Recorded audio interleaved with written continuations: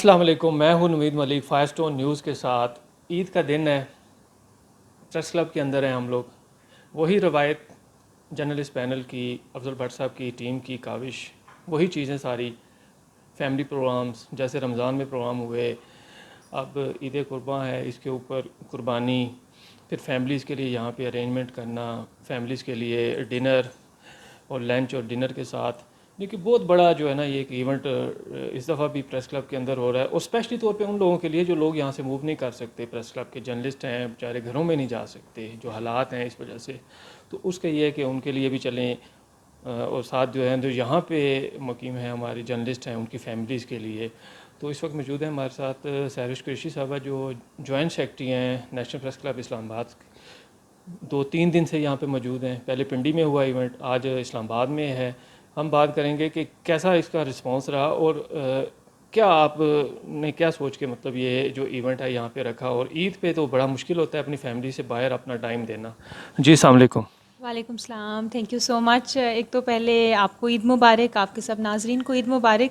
और इतना detailed introduction माशाल्लाह आपने ख़ुद दे दिया है इवेंट का भी और मेरा भी, तो that's so kind of you. So basically इसके पीछे सोच है, जैसे कि आपने बताया कि हम लोग रमज़ान में भी करते हैं फैमिली फेस्टिवल, उसके बाद ईद पे भी बॉडी जो होती है वो यहाँ पे मौजूद होती है अपनी कम्युनिटी के साथ ईद मनाने के लिए, उनके साथ टाइम स्पेंड करने के लिए और फेस्टिविटीज़ को सेलिब्रेट करने के लिए। सो इस दफ़ा भी, इस मरतबा भी इस ईद पर, ईद कुर्बान पर, कल जो था रावलपिंडी प्रेस क्लब में प्रोग्राम का इनकाद किया गया था। वहाँ पे भी बड़ी तादाद में जो रावलपिंडी की जर्नलिस्ट कम्युनिटी थी और उनकी फैमिलीज़ थी, उन्होंने शिरकत की, और वहाँ पे मज़े मज़े के खानों से उनकी तवाज़े की गई। और आज इस्लामाबाद में ये फ़ेस्टिवल का इनकाद किया गया है। 4 बजे से स्टार्ट हो गई थी food serving and greeting with people, जो रात को 9-10 बजे तक जारी रहेगी।